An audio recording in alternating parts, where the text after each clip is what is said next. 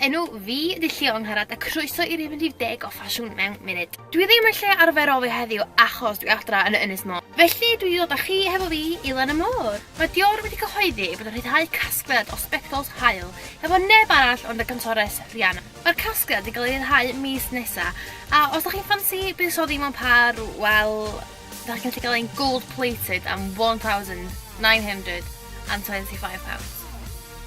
Bargen! Wrth edrych ar y casgliad, mae'n amlwg fod yna rhyw fath o futuristic influence yna.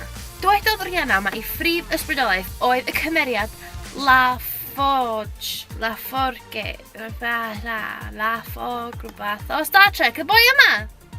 Dywedodd Rihanna mewn dasganiad, I've always been obsessed with his eyewear, and when I got to Dior and saw all the materials I could play with, it all just came together. Yn amlwg mae hein yn really drud achos o'r label Dior, achos mae Rihanna wedi cydweithio fo nhw, achos o'r defnyddiau sy'n cael defnyddio i wneud.